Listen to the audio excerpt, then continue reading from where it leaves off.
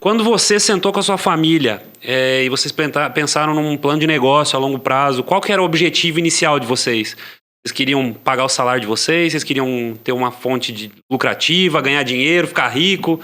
O que vocês pensaram inicialmente? Ficar rico a gente quer até hoje, né? A gente ainda não conseguiu não, mas eu acho que a gente tá no caminho certo, vamos ver. Mas a questão, brincadeira à parte, a gente sempre... Nós três gostamos muito, tanto eu quanto os meus pais. Meu pai e minha mãe também foram criados no meio rural, né? Pegaram o comércio, mas foram criados. E aí, o dia que a gente sentou, eu falei assim, pai, mãe, o negócio é o seguinte, eu acho que a gente precisa fazer disso aqui um negócio, um modelo de empresa mesmo, né? A fazenda, ela é uma empresa, então ela vai ter que nos remunerar, ter dinheiro em caixa, ela também vai precisar expandir, né? Então, a gente sentou, acordou, e o mais legal que eu venho falando, assim, e eu comento com muitas pessoas quando vão lá em casa, e não faz perguntas parecidas com essa, é que, assim, o meu pai, na época, vamos pensar, 2020... Meu pai estava 24 anos, estava com 66 anos, certo? Lá no início, quando a gente fez os primeiros investimentos na fazenda, 65, 60. Meu pai foi um cara muito cabeça aberta, sabe? Pela idade dele, por ter vivido épocas muito diferentes e, quiçá, até divergentes da nossa hoje, né? Então, ele foi muito cabeça aberta, minha mãe também muito. Sentaram e, tipo assim, eles falaram, olha, se é isso que você quer, saiba, né, da entrega que vai ter que ter, né, a sua vida ela já não vai ser a mesma, você não vai ter muito tempo. Alertaram sobre isso, mas falaram assim, mas a gente tá junto, a gente vai. Então, só tem a mim, né, e eu só a eles, então a gente pegou, abraçou a causa e a gente foi. Só que o que acontece? Como, igual você mesmo comentando, a gente tomar a decisão e falar assim, a gente vai caminhar nesse sentido, a gente vai chegar lá, é planejamento, né?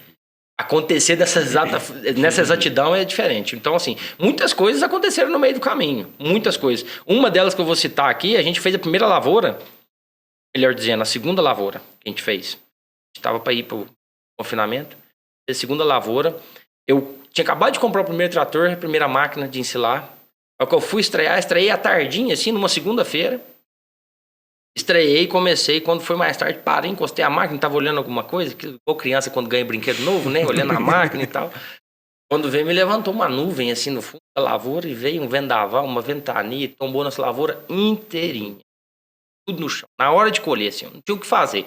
Igual quando você passa aquele gel no cabelo, sabe? Puxa, assim, tava igualzinho, penteadinha no chão. E aí, assim, a gente senta e fala assim, meu Deus, né? Pra onde a gente vai agora, né? E aquilo, assim, pode me fazer a pergunta, tinha dinheiro em caixa? Tinha. Aquilo ali, todo o nosso dinheiro estava investido ali, era comida de um ano. Né? Você pensa, você olhar para uma comida de um ano que há 15 minutos atrás estava em pé, depois de 15 minutos toda deitada, né? O que fazer, né? Então, assim, são muitas coisas que a gente planeja, sabe? Você me fez essa pergunta de planejamento, a gente planejou muita coisa. Mas te falar que exatamente, que elas ocorreram exatamente conforme planejado, não. Mas uma coisa, eu acho que é além do planejamento, é foco. Sabe? A gente traçou um foco, um objetivo, uma meta. Pessoal, cada um chama de uma forma. Mas eu acho que é a gente ter foco, sabe? A gente tinha foco em fazer a fazenda crescer. Qual foi a sua primeira meta? Qual foi o seu primeiro foco? Na hora que você sentou assim com 60 litros, qual foi o primeiro número que você quis alcançar? Sempre era o número dos 1.000 litros, né? Não sei porque esse número vinha na cabeça, né? Mas é um número estético. Justamente, hoje, assim, depois de ter alcançado e tal, a gente fala assim, não, mas não é só questão dos 1.000 litros, né? Eu acho que era muito, não sei, era uma visão que a gente tinha de alcançar os 1.000, talvez pensando em fluxo de caixa, mas não tinha muita noção de que tinha ter mais investimento ainda, né? Mas, assim, uma das metas, além de alcançar a produção, era ter produtividade, entendeu? Porque a gente, tanto meu pai quanto eu, vamos falar de nós, os dois homens da casa, a gente sempre gostamos de animais produtivos, sempre. Então, a gente sempre partiu do princípio assim, vamos ter pouco com qualidade. Vamos fazer volume com pouco, certo? Por quê? Na teoria, é menos comida, é menos trabalho, certo? É menos espaço. Então, a gente tem uma maior eficiência de utilização da nossa ferramenta chamada vaca, da nossa máquina chamada vaca.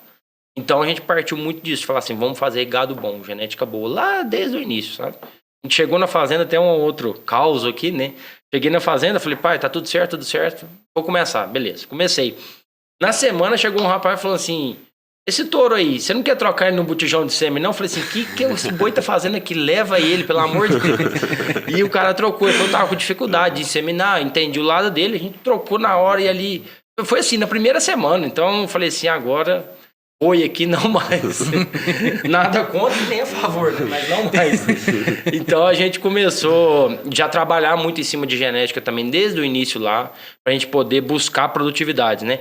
Esses 40 litros, eles estão aí os meninos que trabalham com a gente, que são consultores lá na fazenda, os nossos parceiros, nosso time, né? Eu gosto de chamar que a gente tem um time, né, de parceiros dentro da fazenda.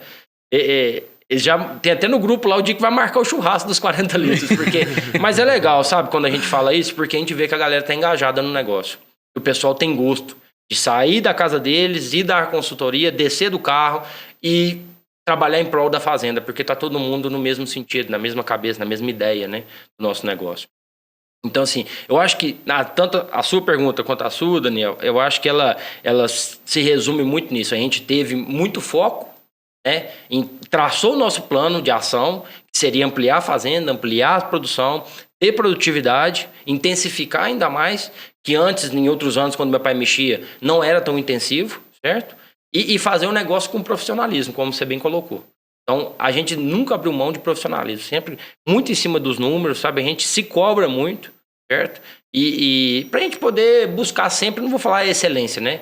Mas o mais alto nível aí de produção de leite, né? Então, hoje a gente caminha nesse sentido. E é uma coisa que eu vejo que Minas Gerais está melhorando cada vez mais, mas o seu modelo de fazenda pequena, daqui a pouco a gente traz para o pessoal aqui qual que é a área da fazenda, como é que a coisa está funcionando, mas é muito parecido como as coisas são lá em Santa Catarina, não é isso, Caio? Parecido e até questão racial, como você comentou antes, que você trabalha com gado holandês. Isso. E pequenas áreas. Eu já me veio essa pulguinha atrás da orelha, porque aqui em Minas a grande parte é girolando. E a gente vê que, eu penso pelo menos dessa maneira, o holandês aqui é um desafio muito maior para você lidar, né? Com certeza. Então, áreas pequenas, o gado é extremamente produtivo e você tem que ser muito eficiente, né? Sim. A gente tem que preocupar muito, uma das coisas que fazem preocupar para ter eficiência é produzir bem comida na fazenda. Né? Vamos pensar que o volumoso, que a gente usa por silagem de milho, é o que compõe a maior parte da nossa dieta, certo? Então ele tem que ser bem produzido, com quantidade, mas não esquecer da qualidade, né? Que afinal de contas ele também dilui nutricional dentro da fazenda. Então a gente preza muito por qualidade. Então eu acho que assim, a gente tem que, logicamente, traçar os planos, caminhar conforme a fazenda está pedindo, está solicitando, vamos dizer. Mas tem horas em que a gente, às vezes, precisa, às vezes, dar até, como se diz, um passo um pouquinho maior que a perna para poder buscar esse mais alto nível, né? Fazer comida hoje é um desafio. Porque a gente está num constante crescimento dentro da fazenda, então a todo ano a gente tem que produzir mais. Ano passado a gente produziu um pouco mais de 1.000 toneladas, safrinha. Então a gente está pensando aí nas 1.300 a 1.400 toneladas.